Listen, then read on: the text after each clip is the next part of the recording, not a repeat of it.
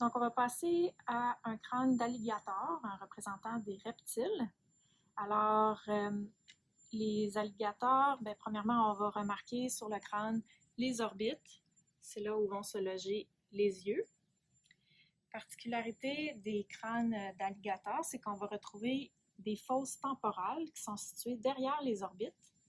Donc, on a les fosses temporales supérieures ici et en dessous des fosses temporales inférieures de chaque côté.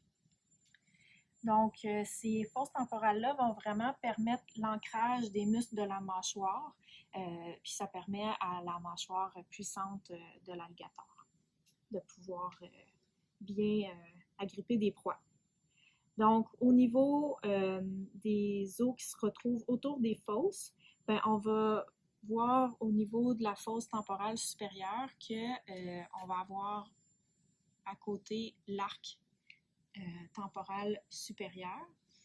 Puis, sur l'arc temporal supérieur, c'est là qu'on va retrouver l'os squamosal ici. Au niveau de la fosse temporale inférieure, ben, elle va être bordée par l'arc temporal inférieur. Donc, puis ça fait partie de la mâchoire supérieure de l'alligator. Au niveau de la mâchoire en tant que telle, donc la mâchoire supérieure, elle va partir de l'avant avec l'os prémaxillaire et on va retrouver le maxillaire par la suite. Puis à la toute fin, l'os carré. Donc ça, c'est toute la mâchoire supérieure.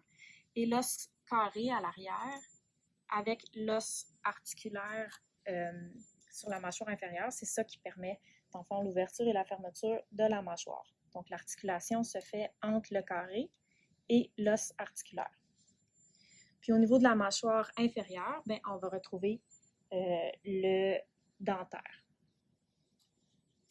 Si on ouvre maintenant la bouche de l'alligator pour voir le reste des structures, donc on va voir une particularité aussi chez les reptiles, l'apparition d'un palais secondaire. Donc le palais primaire, comme on l'avait vu chez l'ami, c'est ce qui sépare les voies nasales avec l'encéphale. Donc ça va se retrouver, on ne le voit pas ici, mais ça va se retrouver ici.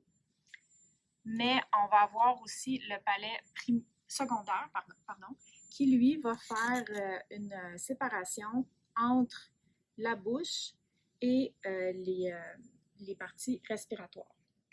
Donc, ce que ça permet, c'est que l'alligator peut respirer à l'aide de ses narines externes et l'air va aller jusqu'aux narines internes. Donc, ça passe entre le palais secondaire et le palais primaire.